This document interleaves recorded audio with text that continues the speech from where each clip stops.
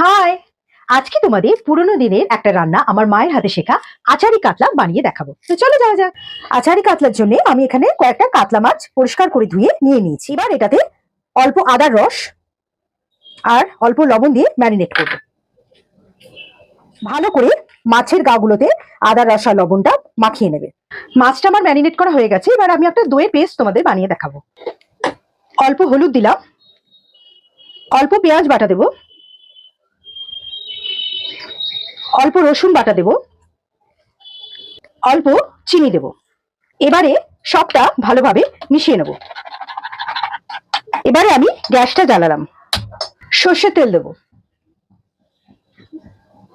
একটু লবণ ছড়িয়ে দিলাম যাতে মাছটা আটকে না যায়। তেলটা আমার গরম হয়ে গেছে। এবার একে একে মাছটা দিয়ে দেবো।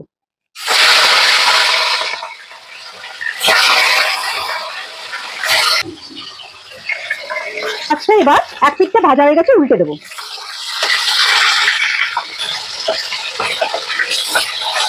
মাছগুলো আমার ভাজা হয়ে গেছে, এবার আমি তুলে নেব। খুব বেশি লাল করবে না।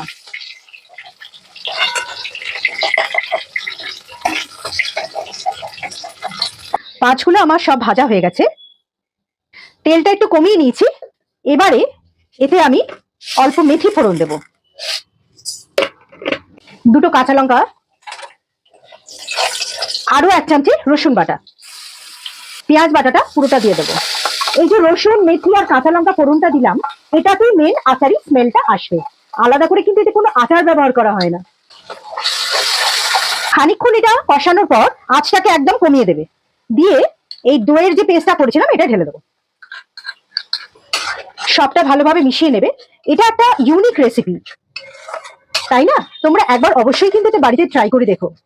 এই যে হালকা হালকা যখন ফুটবে, এই পর্যায়ে আমি মশলা ধোয়া জলটা দিয়ে দেবো, আরো কয়েকটা কাঁচা লঙ্কা দিয়ে দেবো, স্বাদ মতো লবণ দেবো। ভালো করে মিশিয়ে নেব। যখন ফুটতে আরম্ভ করবে তখন একে একে মাছগুলো ছেড়ে দেবে, ডুবিয়ে দেবে মশলার মধ্যে। আচারি কাতলা প্রায় আমার শেষের দিকে। এবারে ওপর থেকে ধনেপাতা কুচি ছড়িয়ে দেবো, আর লাস্টে কাঁচা সর্ষের তেল দিয়ে দেবো।